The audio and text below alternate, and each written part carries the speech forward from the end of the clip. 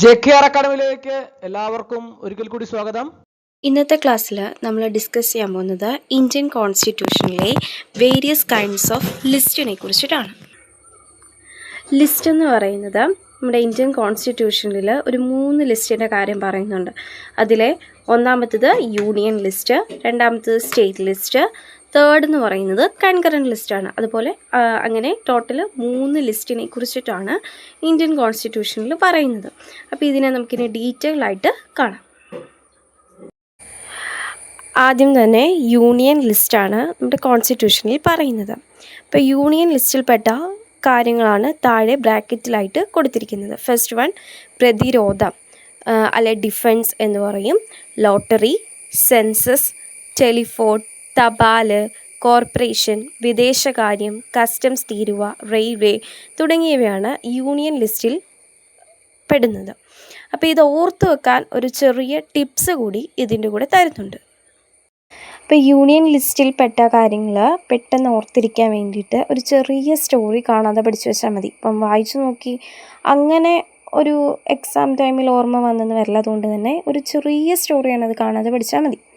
അപ്പോൾ സ്റ്റോറി ഇതാണ്: ഒരു രാജ്യത്ത് സർക്കാർ പ്രതിരോധം ശക്തമാക്കി, അവർ വിദേശകാര്യ കാര്യങ്ങൾ നോക്കി. അപ്പോൾ ഇതിന് നമുക്ക് ഈ ഒരു 2 ലൈൻ പഠിക്കുമ്പോൾ മനസ്സിലാക്കാൻ പറ്റുന്നത്, ഒരു രാജ്യത്ത് സർക്കാർ പ്രതിരോധം ശക്തമാക്കി. ആ ഒരു സെൻറ്റൻസ് പഠിക്കുമ്പോൾ തന്നെ നമ്മുടെ യൂണിയൻ ലിസ്റ്റിലെ ഒരൈറ്റം അവിടെ വന്നു, പ്രതിരോധം. ആ ഒരൈറ്റം നമുക്കവിടെ കിട്ടി. അത് കഴിഞ്ഞിട്ടോ അവർ വിദേശകാര്യ കാര്യങ്ങൾ നോക്കി എന്നാണ് പറയുന്നത്. അപ്പോൾ എന്താ, വിദേശകാര്യം എന്ന് പറയുന്ന വേറൊരു ഐറ്റം ഉണ്ട് നമ്മുടെ യൂണിയൻ ലിസ്റ്റിൽ. അപ്പോൾ വിദേശകാര്യവും അവിടെ നമുക്ക് കിട്ടി.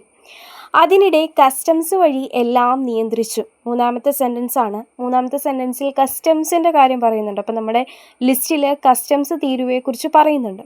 അപ്പോൾ അതും ഓർമ്മ വരും. 4ാമത്തെ സെൻറ്റൻസിൽ ജനങ്ങൾ തമ്മിൽ ബന്ധപ്പെടാൻ ടെലിഫോൺ, തപാലും ഉപയോഗിച്ചിരുന്നു. അപ്പോൾ ടെലിഫോണും തപാലും, അവിടെ ടെലിഫോൺ, തപാൽ എന്നാണ് കൊടുത്തിരിക്കുന്നത്. അപ്പോൾ ടെലിഫോണും തപാലും ഉപയോഗിച്ചിരുന്നു, 2 മാർഗ്ഗങ്ങളാണ്. ആ 2 മാർഗ്ഗങ്ങളും യൂണിയൻ ലിസ്റ്റിൽ കറക്റ്റായിട്ട് ആ 2 കാര്യങ്ങളെ കുറിച്ചിട്ടും പറയുന്നുണ്ട്. അപ്പോൾ പെട്ടെന്ന് തന്നെ 2 ഒരുമിച്ച് കിട്ടി. റെയിൽവേ യാത്രയും തുടങ്ങി നെക്സ്റ്റ് സെൻറ്റൻസ് ആണ്. അപ്പം റെയിൽവേയുടെ കാര്യവും ലിസ്റ്റിലുണ്ട്, അതും നമ്മൾ ഈ കഥ വഴി ഓർത്തെടുത്തു. രാജ്യത്തിൻ്റെ വിവരങ്ങൾ അറിയാൻ സെൻസസ് നടത്തി. അപ്പോൾ സെൻസസ് എന്ന ഒരു ഐറ്റം കൂടി നമ്മുടെ ലിസ്റ്റിലുണ്ട്, അതും കിട്ടി. നഗരങ്ങൾ നിയന്ത്രിക്കാൻ കോർപ്പറേഷൻ ഉണ്ടാക്കി. കോർപ്പറേഷൻ എന്ന ഐറ്റം ഉണ്ടായിരുന്നു, അതും ഈ സെൻറ്റൻസ് വഴി ഓർത്തു വന്നു. ജനങ്ങൾ ഭാഗ്യം പരീക്ഷിക്കാൻ ലോട്ടറി എടുത്തു തുടങ്ങി. അതായത് ലോട്ടറി എന്ന് പറയുന്ന സബ്ജക്റ്റും നമ്മുടെ ലിസ്റ്റിൽ ഉള്ളതാണ്. അപ്പോൾ അതിൻ്റെ കാര്യവും കിട്ടി. അപ്പോൾ ഈ ഒരു സ്റ്റോറി പഠിച്ചാൽ നമ്മുടെ യൂണിയൻ ലിസ്റ്റിൽ പറഞ്ഞിരിക്കുന്ന ആ ലിസ്റ്റ് മുഴുവൻ നമുക്ക് ഓർത്തെടുക്കാൻ പറ്റും. നെക്സ്റ്റ് ലിസ്റ്റാണ് സ്റ്റേറ്റ് ലിസ്റ്റ്. അതായത് സ്റ്റേറ്റുമായിട്ട് ബന്ധപ്പെട്ട കുറച്ച് സബ്ജക്റ്റിനെ കുറിച്ചിട്ടാണ് ഈ ലിസ്റ്റിൽ ഡിസ്കസ് ചെയ്യുന്നത്. ഫസ്റ്റ് വൺ കൃഷി. സ്റ്റേറ്റ്, നമ്മൾ കേരള സ്റ്റേറ്റ് എന്ന് പറയുമ്പോൾ കേരളത്തെക്കുറിച്ച് പറയുവാണെങ്കിൽ കൃഷിയും മത്സ്യബന്ധനവും ഏറെ പ്രിയപ്പെട്ടതാണ് കേരളത്തെ സംബന്ധിച്ച്. അതുപോലെ തന്നെ പൊതുജനാരോഗ്യം, കാർഷിക നികുതി, ഭൂനികുതി, കെട്ടിട നികുതി, അതിപ്പോൾ നമ്മൾ കേൾക്കാറുണ്ട് കുറേ നികുതിയെക്കുറിച്ചിട്ട്. അതുപോലെ തന്നെ തദ്ദേശ ഭരണം, ക്രമസമാധാനം, പോലീസ്, ജയിൽ, ഇത്രയും സബ്ജക്റ്റാണ് സ്റ്റേറ്റ് ലിസ്റ്റിൽ ഇൻക്ലൂഡ് ആയിരിക്കുന്നത്. സ്റ്റേറ്റ് ലിസ്റ്റിലെ സബ്ജക്റ്റ് ഓർത്തിരിക്കാൻ വേണ്ടിയിട്ടും ഒരു ചെറിയ കഥയുണ്ട്. കഥ ഇങ്ങനെയാണ്: കർഷകൻ കൃഷിയും മത്സ്യബന്ധനവും ചെയ്യുന്നു. ഗ്രാമത്തിൽ പൊതുജനാരോഗ്യം കേന്ദ്രമുണ്ട്. സർക്കാർ കാർഷിക നികുതി, ഭൂനികുതി, കെട്ടിട നികുതി പിരിച്ചെടുക്കുന്നു. ഗ്രാമത്തെ നിയന്ത്രിക്കുന്നത് തദ്ദേശ ഭരണം വഴിയാണ്. ഗ്രാമമാണെങ്കിലും വണ്ടികൾ കാരണം കുരുക്കാണ്. തുടർന്ന് വാക്കേറ്റവും. ക്രമസമാധാനം ഉറപ്പാക്കാൻ പോലീസും വന്നു. പ്രശ്നക്കാരെ ജയിലിലുമാക്കി. അപ്പോൾ ഇതൊരു കഥയല്ല, കഥയെന്ന് പറയാൻ പറ്റുന്ന കുറച്ച് സെൻറ്റൻസ് മാത്രമാണ്. അപ്പോൾ എല്ലാം ഒന്ന് ഓർത്തിരിക്കാൻ വേണ്ടിയിട്ട്. അപ്പോൾ ഈ ഒരു 4-5 സെൻറ്റൻസ് പഠിക്കുന്ന സമയം നമുക്ക് ഈ സ്റ്റേറ്റ് ലിസ്റ്റിൽ പറഞ്ഞ കുറച്ച് കാര്യങ്ങൾ അല്ലെങ്കിൽ മുഴുവൻ കാര്യങ്ങളും ഇതിനകത്ത് നമുക്ക് ഓർത്തെടുക്കാൻ പറ്റും. ഫസ്റ്റ് സെൻറ്റൻസിൽ തന്നെ കൃഷി, മത്സ്യബന്ധനം തുടങ്ങി. സെക്കൻഡ് സെൻറ്റൻസിൽ പൊതുജനാരോഗ്യം. തേർഡ് സെൻറ്റൻസ് വരുമ്പോഴത്തേക്കും 3 കാര്യങ്ങളെക്കുറിച്ച്, നികുതികളെക്കുറിച്ചിട്ട് പറയുന്നു. അതുപോലെ തന്നെ തദ്ദേശ ഭരണത്തെക്കുറിച്ച് പറയുന്നു. പിന്നെ ക്രമസമാധാനം, പോലീസ്, ജയിൽ, ഇതൊക്കെ ഈ കഥയിൽ ഉൾപ്പെട്ടിട്ടുള്ളതുകൊണ്ട് അതൊക്കെ തന്നെ സബ്ജക്റ്റായിട്ടും വരുന്നുള്ളൂ. അപ്പോൾ പെട്ടെന്ന് ഓർത്തിരുന്ന് നമുക്കത് ഫിനിഷ് ചെയ്യാൻ പെട്ടെന്ന് പറ്റും. തേർഡ് ലിസ്റ്റാണ് കൺകറൻറ്റ് ലിസ്റ്റ്. അപ്പോൾ അതിൽ പറയുന്ന സബ്ജക്റ്റ് എന്ന് പറയുന്നത് വിവാഹവും വിവാഹമോചനത്തെക്കുറിച്ച്, ജനസംഖ്യാ നിയന്ത്രണത്തെക്കുറിച്ച് കുടുംബാസൂത്രണം, വിദ്യാഭ്യാസം, വില നിയന്ത്രണം, സാമ്പത്തികവും സാമൂഹികവുമായ ആസൂത്രണം, ഇലക്ട്രിസിറ്റി, ക്രിമിനൽ കേസ്, നീതിന്യായ ഭരണം, വനം, വന്യജീവികളുടെയും പക്ഷികളുടെയും സംരക്ഷണത്തെ പറ്റിയുള്ള ആസൂത്രണം തുടങ്ങിയ കുറച്ച് സബ്ജക്ട്സിനെ കുറിച്ചിട്ടാണ് പറയുന്നത്. അപ്പോൾ ഇത് പഠിക്കാൻ നമുക്ക് സ്റ്റോറി ഇല്ല, ഒരു ചെറിയ പിക്ചർ വഴി പഠിക്കാവുന്നതേ ഉള്ളൂ. പിക്ചർ ഓർത്ത് വെച്ചാൽ മതി. നമുക്ക് ഈ ഒരു നമ്മുടെ ഡെയിലി ലൈഫിൽ കണ്ടുവരുന്ന കാര്യങ്ങളായതുകൊണ്ട് തന്നെ പെട്ടെന്ന് ഓർമ്മ വരാൻ സഹായിക്കും. ഇപ്പോൾ പറഞ്ഞ പോലെ കൺകറൻറ്റ് ലിസ്റ്റിൽ ഓർത്തൊക്കെ സ്റ്റോറിയൊന്നുമില്ല, പക്ഷേ കുറച്ച് പിക്ചേഴ്സ് ഉണ്ട്. അപ്പോൾ പിക്ചേഴ്സ് ഒന്ന് മനസ്സിൽ വിചാരിച്ചാൽ മതി, നമുക്കതിൽ നിന്ന് കുറേ സബ്ജക്റ്റ് കിട്ടും കൺകറൻറ്റ് ലിസ്റ്റ് കംപ്ലീറ്റ് ആക്കാൻ വേണ്ടിയിട്ട്.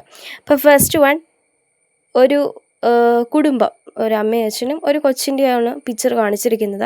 അപ്പോൾ അവിടെ വിവാഹം എന്ന് ഓർത്ത് വെച്ചാൽ മതി. അപ്പോൾ വിവാഹം വഴി വിവാഹം അത് നമ്മുടെ സബ്ജക്റ്റാണ്. അതുപോലെ തന്നെ വിവാഹമോചനം അതിൽ നിന്ന് കിട്ടുന്ന വേറൊരു സബ്ജക്റ്റാണ്. അതുപോലെ തന്നെ കുടുംബാസൂത്രണം, ഇത് മൂന്നും ആ ഒരൊറ്റ ഫോട്ടോ വഴി നമുക്ക് മനസ്സിലേക്ക് വരുന്നതാണ്.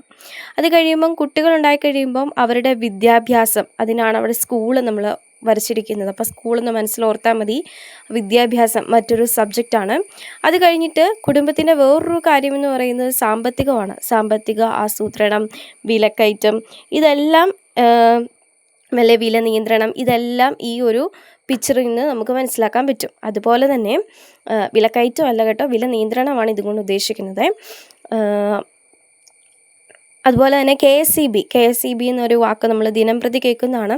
അപ്പോൾ അതുകൊണ്ട് നമുക്ക് ഇലക്ട്രിസിറ്റി എന്നൊരു സബ്ജക്റ്റ് ഇതിൽ നിന്ന് നമുക്ക് മനസ്സിലാക്കാൻ പറ്റും. അപ്പോൾ ഈസി ആയിട്ട് കിട്ടാനൊരു ബെസ്റ്റ് വേ ആണ് ഈ ഒരു പിക്ചർ എന്ന് പറയുന്നത്. നെക്സ്റ്റ് ഒരു കത്തിയുടെ ഫിഗറാണ്. അപ്പോൾ കത്തി എന്ന് പറയുമ്പം എന്താ, ഒരു ക്രിമിനൽ കേസിനെ സൂചിപ്പിക്കുന്നതായിട്ടാണ് അവിടെ കത്തി അതുപോലെ തന്നെ ഒരു ത്രാസ് ഇവിടെ കാണിച്ചിട്ടുണ്ട്. അത് നീതിന്യായ ഭരണത്തെക്കുറിച്ചിട്ടൊക്കെയും ഒരു കോടതിയെ അങ്ങനെ ഒരു കാണിക്കാൻ വേണ്ടിയിട്ടാണ് ആ ഒരു പിക്ചർ. അതുപോലെ തന്നെ നെക്സ്റ്റ് ഒരു മരത്തെ വരച്ചിട്ടുണ്ട്. മരം എന്ന് പറയുന്നത് വനത്തെ കാണിക്കാനും അതുപോലെ തന്നെ ഈ വനത്തിലെ ആ ഒരു മൃഗങ്ങളെയും പക്ഷികളെയും സംരക്ഷിക്കാനുള്ള ആസൂത്രണം എന്നൊരു സബ്ജക്റ്റ് ഉണ്ടല്ലോ നമ്മുടെ ലിസ്റ്റിൽ. അപ്പോൾ ആ ഒരു കാര്യം ഓർത്തു വെക്കാൻ, ആ ഒരു സബ്ജക്റ്റ് ഓർത്തു വെക്കാനാണ് ഈ ഒരു ഇങ്ങനെ ഒരെണ്ണം കാണിച്ചിരിക്കുന്നത്. അപ്പോൾ ഇത്രേ ഉള്ളൂ. നമ്മുടെ കൺകറൻറ്റ് ലിസ്റ്റിലെ പിക്ചേഴ്സ് വെച്ചിട്ട് നമുക്ക് ഐഡൻറ്റിഫൈ ചെയ്യാൻ പറ്റുന്ന കാര്യങ്ങൾ സിമ്പിളാണ്. ഓക്കെ, അപ്പോൾ നമ്മൾ ഇന്ത്യൻ കോൺസ്റ്റിറ്റ്യൂഷനിലെ 3 ലിസ്റ്റിനെ കുറിച്ച്, union list, state list, concurrent list, അതുപോലെ 3 ലിസ്റ്റിനെ കുറിച്ച് പറഞ്ഞു. അതിൽ ഉൾപ്പെട്ടിരിക്കുന്ന സബ്ജക്റ്റിനെ കുറിച്ച് പറഞ്ഞു. ആ സബ്ജക്റ്റ് ഓർത്തു വെക്കാനുള്ള എളുപ്പമാർഗം 2 സ്റ്റോറിയും ഒരു പിക്ചറുമാണ് നമ്മളിതിൽ ഡിസ്കസ് ചെയ്തത്. അപ്പോൾ എല്ലാവർക്കും മനസ്സിലായെന്ന് വിചാരിക്കുന്നു. എല്ലാവരും അത് എഴുതിയെടുത്ത് കാണാതെ പഠിക്കുക, അല്ലെങ്കിൽ പിക്ചർ മനസ്സിലാക്കി പഠിക്കുക. Okay, thank you. അപ്പോൾ ഇന്നത്തെ ക്ലാസ് എല്ലാവർക്കും ഇഷ്ടമായെന്ന് വിചാരിക്കുന്നു. ഒരിക്കൽ കൂടി നിർത്തട്ടെ. നന്ദി, നമസ്കാരം.